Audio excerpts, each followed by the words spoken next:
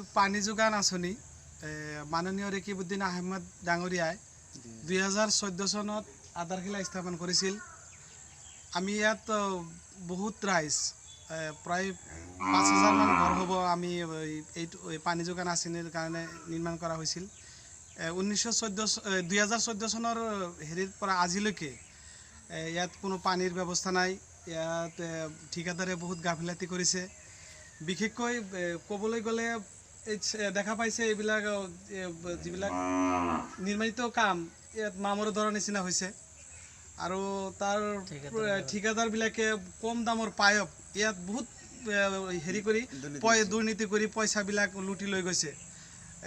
আমি বিজেপি চৰকাৰক আলোচনা কৰিছোঁ যাতে এইটো শীঘ্ৰেই অতি সোনকালে আমাৰ ব্যৱস্থা কৰি দিব লাগে আৰু পানী বা দুখীয়া মানুহবিলাকক যি পানীৰ নাটনি সোনকালে প্ৰতিৰোধ কৰি সুব্যৱস্থা কৰি দিব লাগে।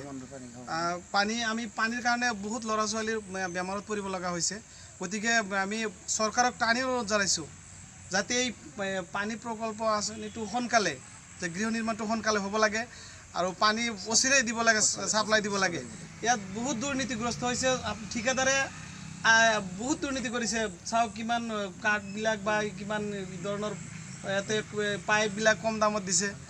গতিকে মই চৰকাৰক গৰিহণা দিছোঁ যাতে অচিৰেই আমাৰ এই তদন্ত কৰি এইখন অনতিপলমে আমাৰ নিৰ্মাণ কৰিব লাগে আৰু পানী যাতে সোনকালে আহে আমি চৰকাৰৰ ওচৰত আশাবাদী। পাৰোঁ তাৰমানে 2014 চনত স্থাপিত হৈছিল, কিন্তু আমাৰ এই বিজেপি চৰকাৰে আমাৰ এই প্ৰায় 20,000 জনসংখ্যা আছে ইয়াতে। 20,000 মানে 5,000 হাউচ হ'ল, 20,000 জনসংখ্যা। ইয়াতে আমাৰ চৰকাৰে যদি অতি সোনকালে কামৰ তদন্ত কৰি আৰু ঠিকাদাৰে ইয়াতে বহুত দুৰ্নীতি কৰিছে, তাৰমানে বহুত কম দামৰ পাইপ দিছে আৰু আধাখিনি কাম আধৰুৱা কৰি থৈ গৈছে। সেইকাৰণে চৰকাৰক গৰিহণা দিছোঁ যাতে অতি সোনকালে আমাৰ এই ৰাইজৰ কামটো অতি সোনকালে কৰি দিয়ে, তাৰ কাৰণে ব্যৱস্থা কৰি। ধন্যবাদ।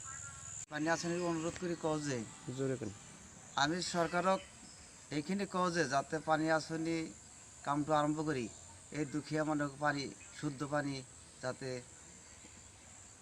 খোৱাৰ কাৰণে ব্যৱস্থা কৰি দেখে, এইখিনি চৰকাৰক মই আহ্বান জনালোঁ।